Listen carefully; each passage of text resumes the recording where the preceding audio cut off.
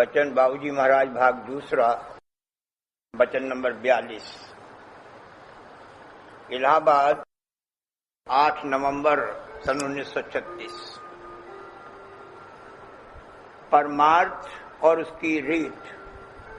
विरह पैदा होने, दुनिया से कुछ हटाव और बैराग होने और अंतर की धार से मेला करने की जरूरत।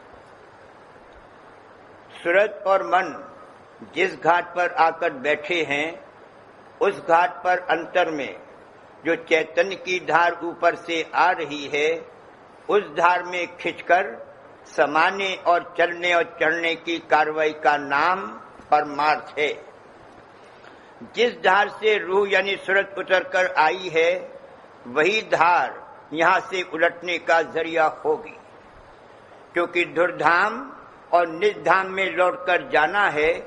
इसलिए नाम और जरिया भी धुरधाम और निजधाम का होना चाहिए, और जिसकी मदद से ये काम किया जाएगा वह भी वहाँ का पहुँचा हुआ होना चाहिए। ये रीत और कार्रवाई परमार्थ की है। इसके अलावा जितने काम परमार्थ के नाम से किए जाते हैं, वो परमार्थ नहीं है। अपने हल्के में चाहे वह काम इस वक्त बहुत मुफीद मालूम होते हों, लेकिन वह परमार्थ की फहरिस्त से खारिज हैं। उनसे वो मतलब नहीं निकलता जो कि ऊपर बयान किया गया है, यानी सूरत और मन अंतर में नहीं चढ़ती। जितनी कार्रवाई यहाँ की जाती है, सब अपने मतलब और गरज की है। उसमें अपने तन और अपने मन का मतलब है, या उनके तन और उनके मन की गरज है जिनसे किसी किस्म का रिश्ता और मोहब्बत है। मसलन कुटुंब, परिवार, यार दोस्त वगैरह वगैरह। इस संसार में जहाँ जहाँ और जिससे किसी तरह की भी तन और मन की मोहब्बत है, वो सब मोह और बंधन है, और उसी के लिए कुल कार्रवाई की जाती है। जहाँ अपनी गरज और मतलब अटका है, वहाँ सब कुछ करने को तैयार रहता है।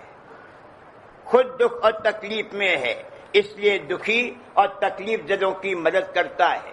इससे शुभ कर्म का फल तो मिलेगा, मगर ये कार्रवाई सच्चे परमार्थ की जेल में नहीं आ सकती है। मालिक का सारी रचना के साथ जो दया भाव है, उस तरह के भाव से प्रभावित होकर जो स्वाभाविक कार्रवाई हो और चित्त की कोमलता और सरलता से दीन दुखियों के दुख का असर पड़े और चित्त में उनके लिए दया उत्पन्न हो, वह बहुत उत्तम है और उसकी बड़ी महिमा है। वो सीधी मालिक की सेवा और परमार्थ में दाखिल है। सूरत का निर्मल और पूर्ण अंग बहुत ऊंचे घाट पर है। उसकी धार घाट घाट पर ठीका लेती हुई उतरी है। एक जगह ठीका लेकर बैठती है और फिर उससे नीचे अपना भास फैलाकर वहां की कार्रवाई करती है। जैसे कि किसी भारी मशीन में एक खास जगह या पुर्जे पर ताकत का मरकज बनने से वो पुर्जा चलने लगता है। वहां से रस्सी द्वारा दूसरे पुर्जे को बांधकर उस पर मरकज बनाया जाता है, जिससे वह दूसरा पुर्जा भी चलने लगता है। इस तरह से एक से दूसरा, दूसरे से तीसरा, और इसी तरह से सब पुर्जे चलने लगते हैं।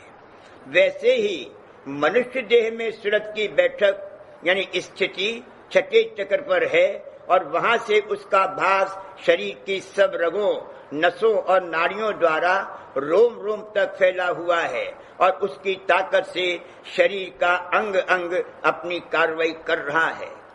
जिस स्थान पर रूह ने आकर ठेका लिया है, उससे नीचे जब वह उतरती है तो वहां का गिलाफ यानी स्थूल रूप धारण कर लेती है। ज्यों ज्यों उसका नीचे उतार हुआ है, वो गिलाफ धारण करती गई है और स्थूल और कमजोर होती गई है।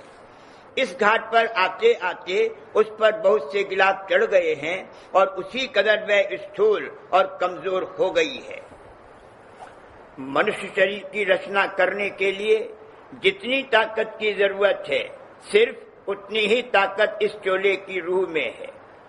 रूह को जिस चोले में आना होता है वह चोला पहले बन लेता है और वह बतौर गिलाफ के बनता है, यानी ऊपर से नीचे तक एक गिलाफ है, फिर उसके ऊपर दूसरा गिलाफ है और उसके ऊपर तीसरा, और इस तरह से बहुत से गिलाफ हैं।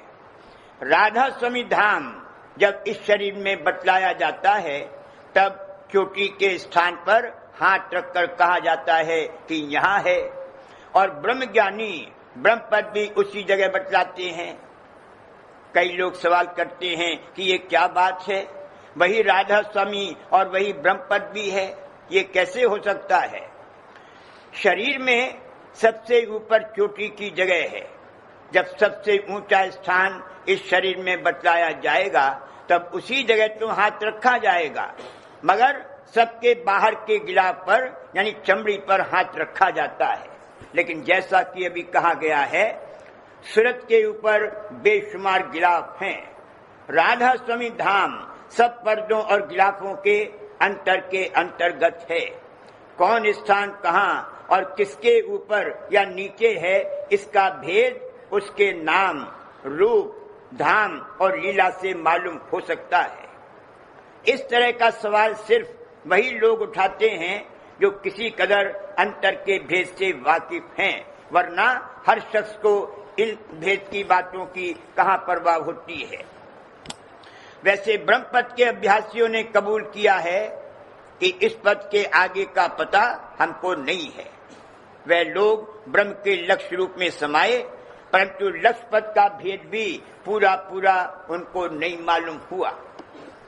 जैसा कि ऊपर बयान किया गया है, मनुष्य चोले की सूरत की स्थिति यानी बैठक छठे चक्र पर है और वहां से उसका भास सारे शरीर में फैला हुआ है। उस स्थान पर जब सूरत आती है तब जन्म होता है और वहां से जाने में शरीर की मृत्यु होती है।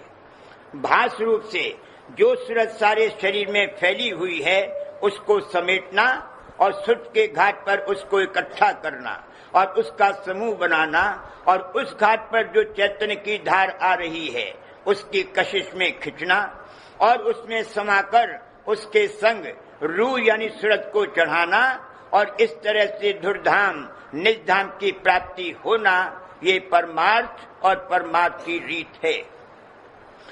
जिस कदर सिमट कर सूरत के घाट पर समूह बनेगा उसी कदर उस अंतर की धार की कशिश का असर ले सकेगा और उसमें खिंचकर उससे मेला होगा।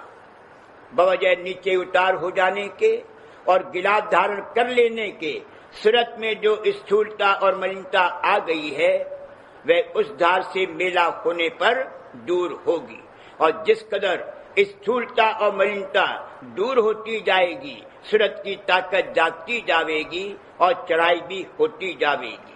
मगर यह काम धीरे धीरे और गौण अंग में होगा।